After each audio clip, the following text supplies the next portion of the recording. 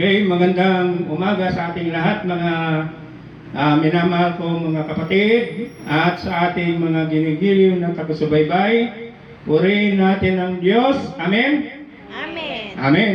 Okay, magpatuloy na tayo. Ang paksa natin ngayong umaga, Signs of the Last Days.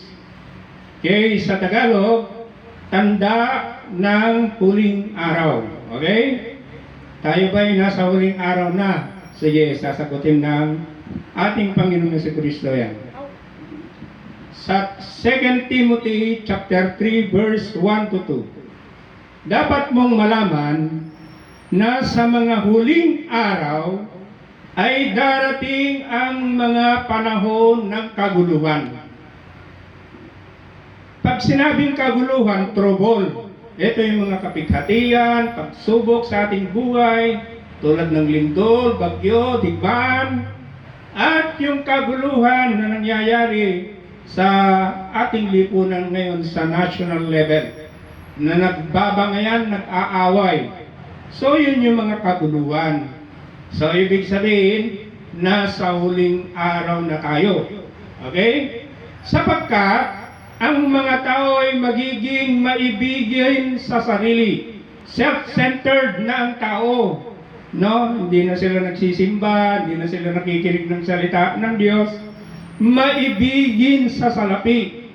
Kaya nandyan yung korupsyon, no? Pagnanakaw ng kaban ng bayan, no? Yan, maibigin sa salapi. Kasi pag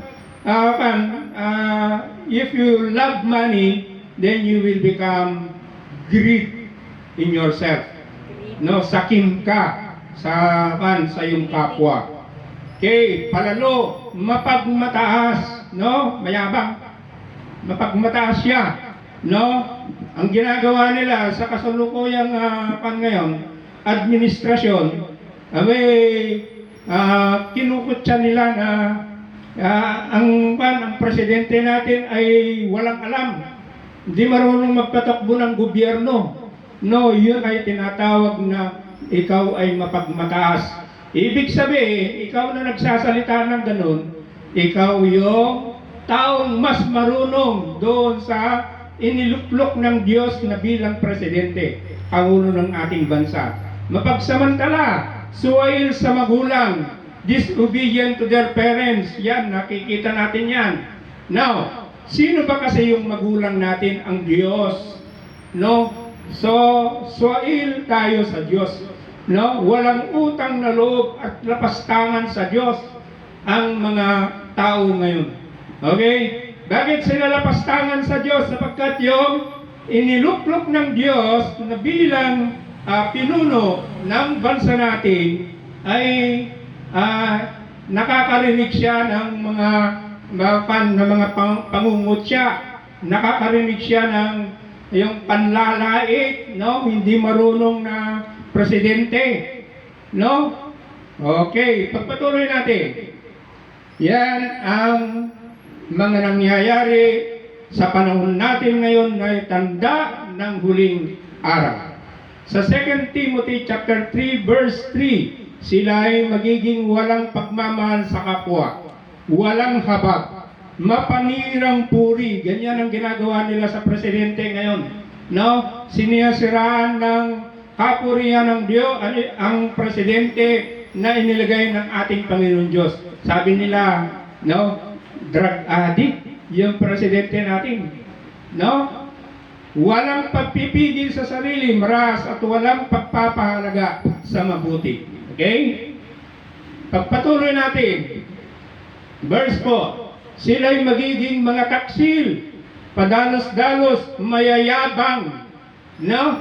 Sabi nila, walang alam yan si presidente, no? Niyabang nila, mas marunong pa sila doon sa inuluklok ng Panginoon Diyos na bilang pinuno ng bansa, no? Maibigin sa kalayuan sa halip na maibigin sa Diyos. Kung ikaw ay maibigin sana sa Diyos, may respeto ka doon sa mga pinuno na nailuklok ng ating mga nailuklok ng mga ng majority ng mga tao, no? Lalo na yung iniluklok ng Diyos. Okay? Pagpatuloy natin. Sa verse 5, sila'y may anyo ng pagiging makadiyos. No? Nagkukunwaring makadiyos sila. Pero hindi mo nakikita mga yon. Ngunit hindi naman nakikita ang kapangyarihan nito sa kanilang pamumuhay. No? Nagkukunwaring makadiyos. Pero sa totoo lang, wala silang Diyos.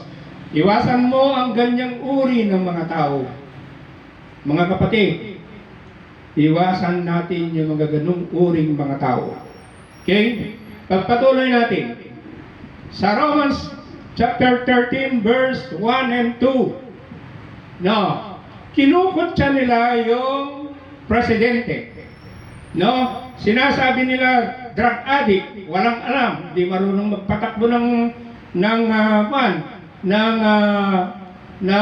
pamahalaan ng gobyerno. Sa Romans 13 verse 1 and 2, ang bawat tao'y dapat pasakop sa mga pinuno ng pamahalaan, sapagkat walang pamalahang hindi mula sa Diyos.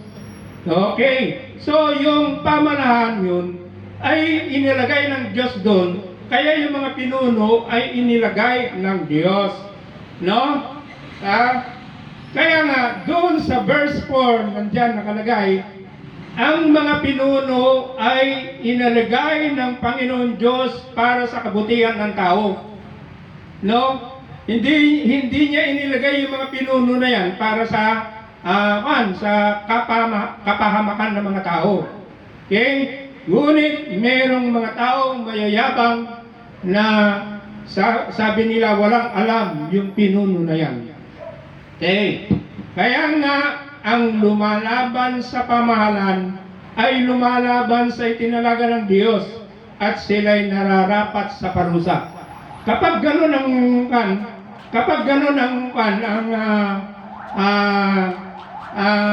kapag ang isang leader din na kinukutsa niya yung isang pinuno, yung presidente, dilalait niya, abay, meron kaparusahan yun, no? Maliwanag dito, no? Kaya nga ang lumalaban sa pamahalaan ay lumalaban sa itinalaga ng Diyos at sila'y nararapat sa parusa. So yung mga tao, sabi nila, resign kanila, o ilang araw na yun ang ginagawa, na ang ginagawa nila, nagsisigaw-sigaw diyan sa mga kalye-kalye at sasabihin nila, resign. No? So wala silang ito yung mga taong hindi nagpapasako sa mga pinuno ng pamahalaan, na yung pinuno na yan ay inilagay ng Diyos. Okay? Sa Daniel chapter 4 verse 17, sabi niya, ang Diyos ang may kapangyarihan sa bawat kaharian, at iniluluklok niya ang isang pinuno ayon sa kanyang kalooban. So maliwanag sa Daniel 4:17, siya yung nagluluklok, no?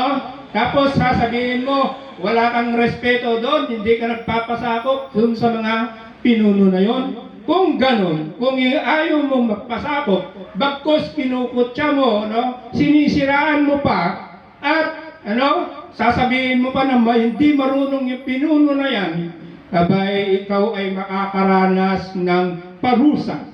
Okay? Kaya ang mga tao na nagsisigaw-sigaw resign, ayon, nagalit ang Diyos. Okay? So, ngayon, kung ang Diyos, nagalit ang Diyos doon sa mga tao na hindi nagpapasakop sa mga pinuno na inilagay ng Diyos. Okay? Kung ganon, ano ang gagawin ng Diyos? Paparusahan sila, maliwanag, no?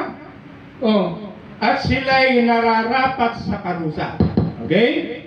Ngayon, the Lord Almighty says, when your ancestors made me angry, kung ang mga tao ay ginalit nila ang Diyos, I planned disaster for them and did not change my mind.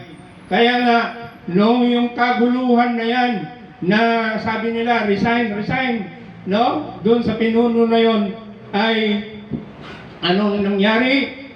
Pinakita ng Diyos ang kanyang galit sa pamamagitan ng mga iba't ibang sakuna. Tulad ng lindol, tulad ng bagyong malalakas, no? At iba ba? No, magkakasunod mga yan, lindol, malalakas na bagyo. No, pinakita ng Diyos ang kanyang galit, no, sa mga taong ito. Okay? Ngayon, tanong, kung ang pinuno, halimbawa, yung pinuno natin nagkasala siya. God condemns kings and rulers when they are worthless or wicked. Anong ibig sabihin yan? Kapag ang isang namumuno, rulers, ay wala na siyang halaga, siya ay mapagmataas, wicked, no? Mapagmataas siya, no? Nagyayabang na mas marunong siya doon sa pinuno na mas mataas sa kanya, ito parurusahan siya ng Diyos.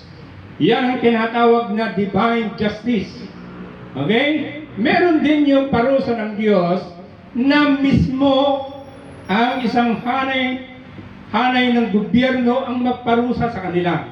Okay? Yan, nakikita natin yan, no?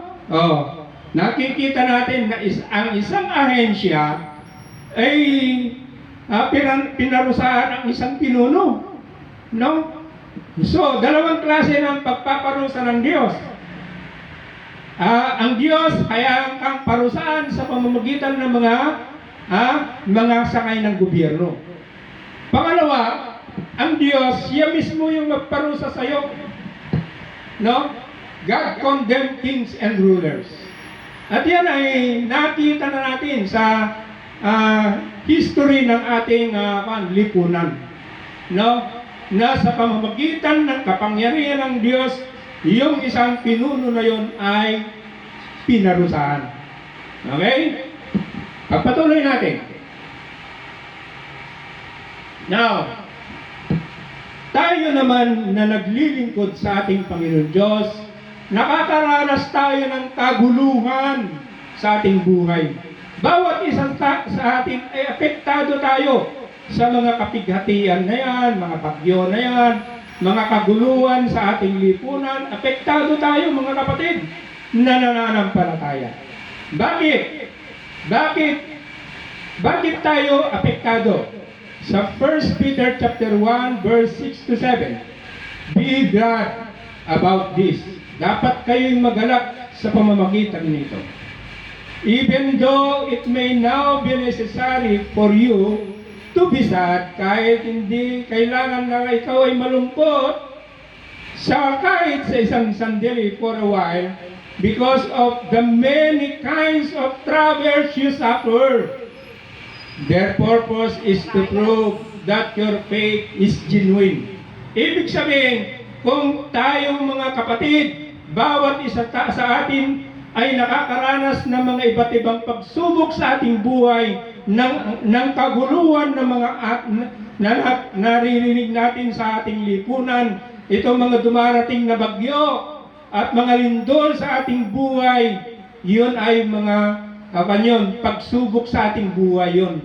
It may cause us sufferings. Now, their purpose is to prove that your faith is genuine. Ibig sabihin, nararanasan natin ito at naging tayo matatag sa mga kaguluhan na yan, sa mga kapighatian na yan, sa mga pagsubok na yan sa ating buhay. Ngunit tayo'y nanatiling matatag pa rin sa ating Panginoong Jesucristo. Ibig sabihin, ang pananampalataya natin ay ginto, mga kapatid. Amen? Amen. Ginto ang ating pananampalataya. Kahit na tayo'y apektado ng mga iba't ibang kaguluhan, nandito pa rin tayo nagtitipon para sa ating Panginoong Jesucristo. Iyon ay nakikita ng ating Panginoong Jesucristo nga tunay ang ating pananampalataya. So, ang isang nagsasabing ako'y magpananampalataya sa Diyos, ngunit hindi siya nakakaranas ng pagsubok sa kanyang buhay, ay yung pananampalataya niya ay hindi tunay, hindi ginto. Na even gold which can be destroyed is tested by fire. So yung ginto, para malaman mong tunay na ginto yan, dadaan sa apoy. Kaya nga, yung apoy na binabanggit na dinadaanan natin para sa ganon, ay masubukan ang tunay na pananampalataya natin ay mga kaguluhan, mga iba't ibang pagsubok, mga iba't ibang kaguluhan, no? Mga iba't ibang sakit. Yan. Pero kahit na may karamdaman tayo, may sakit tayo, nandito pa rin tayo upang magpurit, magpasalamat sa Diyos, no? Upang tayo ipagpatuloy natin maglingkod sa ating Panginoong Jesucristo. Tunay na, mga kapatid, na ang ating pananampalataya ay tunay at ginto. Amen? Amen. So sana naunawaan natin, no? Kung meron tayong pagsubok sa ating buhay dahil sa kaguluhan na nangyayari sa ating nasyonal, sa ating lipunan, ay yan ay tayo'y nasusubukan ang ating pananampalataya. At least alam natin na itong panahon natin ito ay panahon ng huling araw. At ang huling araw, mga kapatid, ay yung pagdating ni Kristo Jesus. Okay? So, nung pinag-aralan natin kung paano darating ang ating Panginoong Jesucristo, yun, may mga iba't ibang kapighatian tulad ng digmaan, mga iba't ibang sakit, yung mga lindol, mga malalakas na bagyo. Yun ay nasa huling araw tayo, mga kapatid, at nasa na kung saan doon darating din ang ating Panginoong Jesucristo. Amen? Amen. And God bless us all. Amen. Amen. Amen.